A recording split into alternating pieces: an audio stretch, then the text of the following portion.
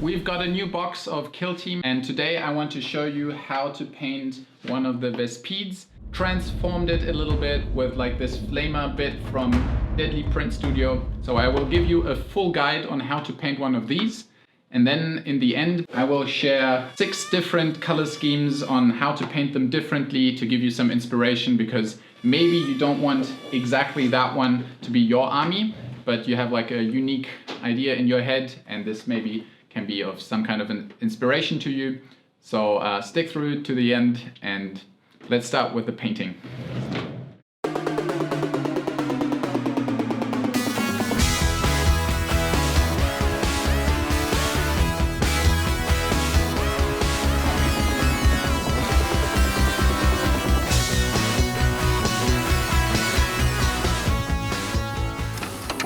Over the white, just one pass.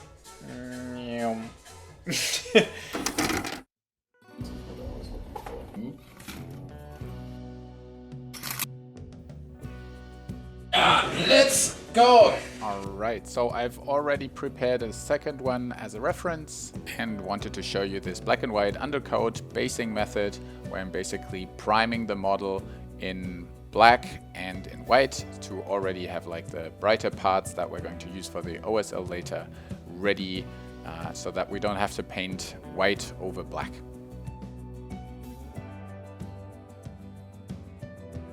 So the cool part about this is you don't have to be precise at all. I'm just slapping on paint onto the model. It's basically like a pre-undercoat, so you don't have to choose between black or white. A few moments later. Here's a rough overview of what colors I will be using for the entire model. The exact list with the names of the colors is uploaded on my Patreon. So let's start with the base. For this I have basically just added some kind of an ochre brownish tone to some gray in order to make the stones that are close to the desert floor also give this like warm desert tone, and then just slapping paint on the model. This is a rather rough process. And with really nice bases. Drop highlights, so below, if the light is coming from top, then scratches would create a highlight below. Maybe a second tone, have some variation. So this one's not as bright as the first one. And as you can see, this is basically one pass.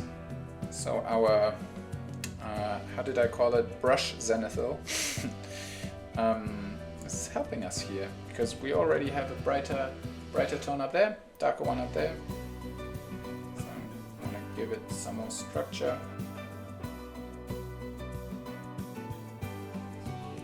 There you go. Easy.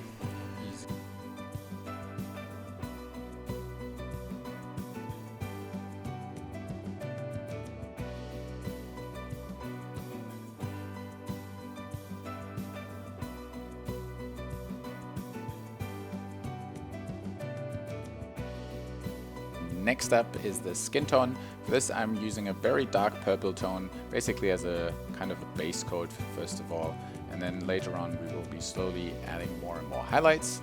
But yeah, for the first couple of passes I like to keep it very rough and simple. So once this is done and it's drying, in parallel we can start mixing the inner skin color, which is a brighter tone. And as you have seen, I've mixed some pinkish magenta tones with this kind of beige tone that also has some gray parts to it. And as always, remember 2 thin coats of paints. I know this is super annoying. It's been annoying for me at least, but I can already promise you the next step, if you do this properly, is going to be super satisfying, and it was my favorite step of painting the entire model. And once the base coats are dry, you can start adding in more and more of the beige tone. I used ice yellow, and then you can kind of build up those highlights and slowly make your way to the brightest part. We want it basically to be some kind of an off-white beige tone. And this is the most annoying part.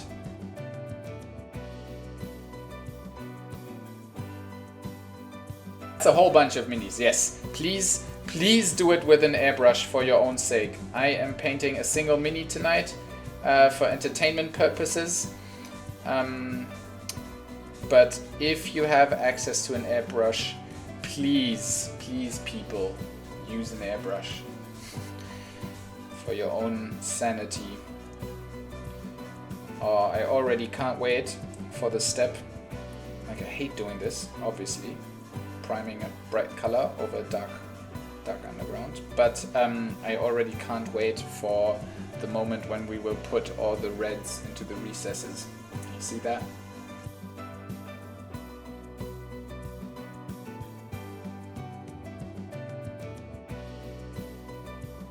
One eternity later.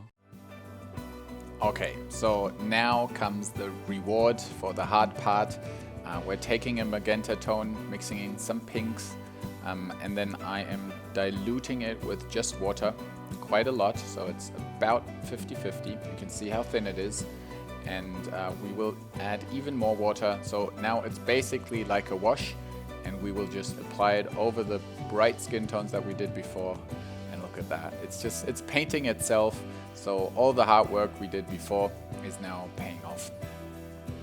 So this is the kind of stuff that I just love at mini painting. Like, there's no error we can do. It's basically just a thin wash. It's running through the highest passes where we can see it very visually, but here you can also see I'm going over the darker parts, so there's going to be like some kind of reddish shadow there.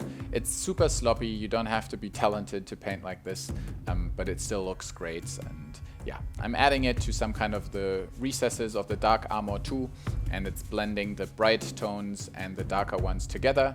It's still the same model, so you can, like, the eye starts to interpret it as some kind of a skin or reflection or whatever. It's just super sloppy, but I think it looks very great, and it's still seen as some kind of an undercoat. So after this we will start building up on top of this and start cleaning it, but leaving the red in the recesses. Because we used so much water in the last step, we will let that part dry and do the wings in between. For this I wanted the in-between wing parts to be darker. So right now I'm just super roughly outlining them individually. This doesn't have to be super precise, because later on we will do some kind of a automatic transition again. It's just like a little cheat here. So on the bottom side I've been a lot more rough, as you can see, but now comes the important part, which is white. And here you can see I'm painting a lot slower. I'm being a lot more precise. So try not to touch what we have painted before, and take your time for this step. This is basically very important because we are building up an undercoat, so the back parts are dark and the edges of the wings are bright. And after that we will be layering on top of it, and because we have like a black and white underground, the colors will kind of transition by themselves. So just like before with the skin, we're preparing right now for the more important step, and then this is already a small transition. A lot more fun. And here we go. So we take red. So here comes the fun part. We take a red tone, add a fair amount of water, less than 50% though, and then we have some kind of a glaze. So it's a thin paint and the undercoat shines through. We then move to orange for the midsections, and we will slowly get step by step closer to the whites on the outside, and you will notice that the white is shining through because of our thin color. So that is basically going to feel like it's painting itself because of the work that we did before. White on the outside, black on the inside, and painting with thin paints is going to give us nice transitions. And then as a final step, we will add some yellow for the very outside. And the cool thing about yellow is that this is another cheat.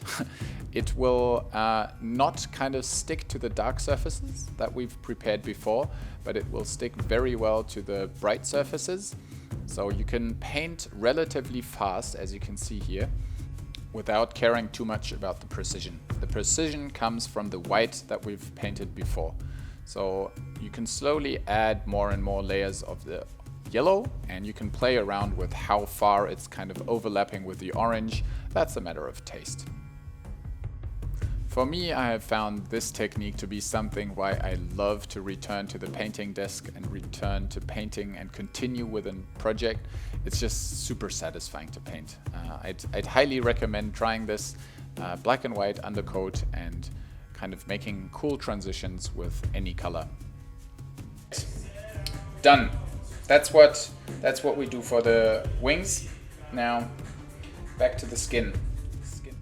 So the rest of the skin should be dry by now, and we are building and layering on top of it. For this I am using some kind of a pinkish magenta tone, and I'm adding a lot of gray to the mix to kind of desaturate it and have like this lilac kind of color.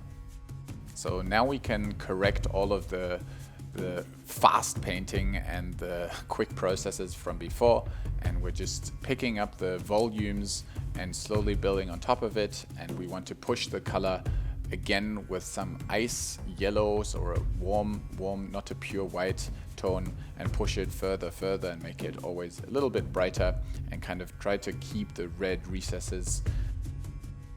All right, last highlight on these.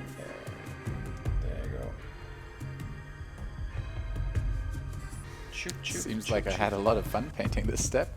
Last step is just putting single dots of this white mix onto the final edge highlights, and then we can already move on to the dark shell armor. So for this I wanted to have, instead of this purple kind of base coat, more of this bluish violet kind of tone. So same story, starting with the base coat, slowly building up, adding more and more of the brighter tone into the mix and adding and highlighting the volumes.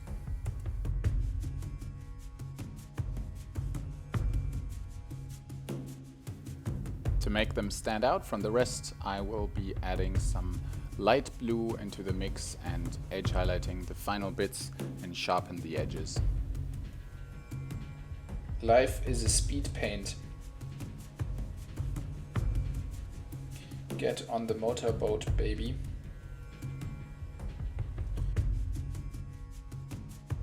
They're kind of similar, huh? After I compared it with the previous model I painted, I decided to take it one step further and do like a super bright highlight, and then this step is done too.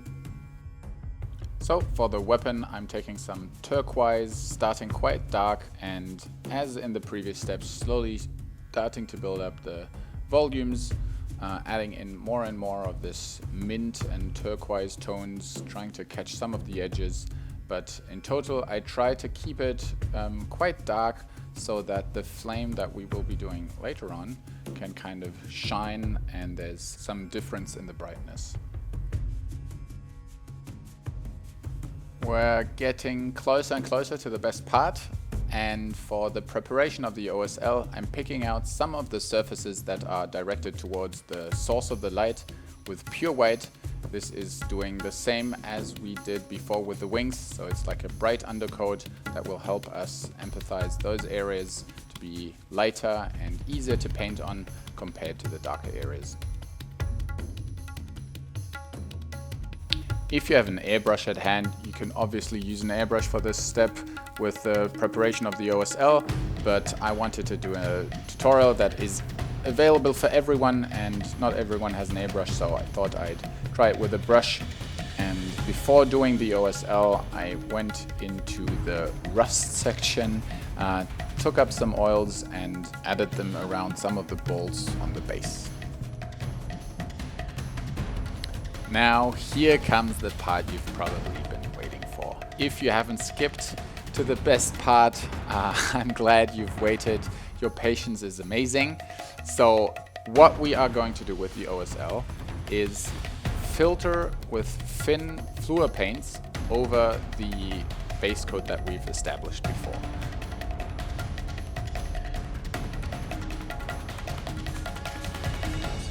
Too harsh. Also, it's time for this. Oh, guys, look at that.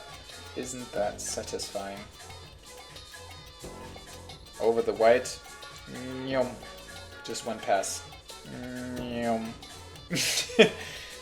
I'm enjoying this a lot, in case you can't tell. So we have a white center of the flame, and at the end of the flame it's basically close to black. So there's a natural transition already, and I've been switching between pink, orange and yellow. And part of this step is that you take pure white again, recreate the center of the flame, go over it again. So there's a natural back and forth that's totally normal. A little bit outside of the Twitch stream afterwards to do some of the refinement because it was quite rough and I got tired at the end of the stream. So next day I picked up these last highlights to kind of refine it, and there's some nicer close-ups so you can see how rough it actually is. It just looks a lot better from far away. Now there's not a lot left to do. I've just taken dry grounds from AK Interactive. It's like a modeling paste, basically like a sand structure.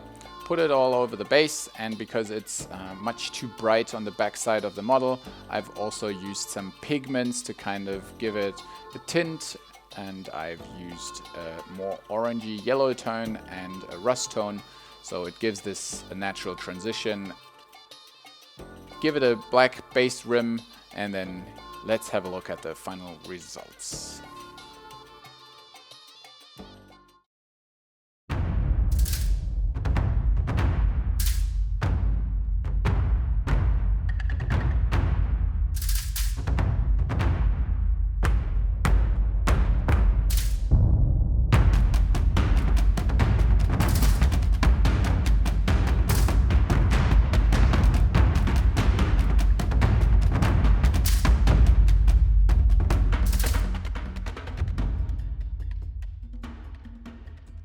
I hope you liked all the extra models that I'm going to show you now, and as promised I will share some inspirational different type of colored wings. So I like to think about the Vespids living in different kinds of environments. So as an inspiration for the first one, like in this bone and rose kind of environment, or there could be one in this greenish desert kind of theme. Then maybe there's also one in this fluorescent orange jungle, or even one in like a deserted wasteland. So I like to talk about these kind of different concepts, give people inspiration, and that's what my Patreon is all about. I'd love to welcome you there. It helps me a lot, and I will be also sharing all the color recipes of the Vespids I've been painting there. Thanks a lot for joining me today, and be inspired.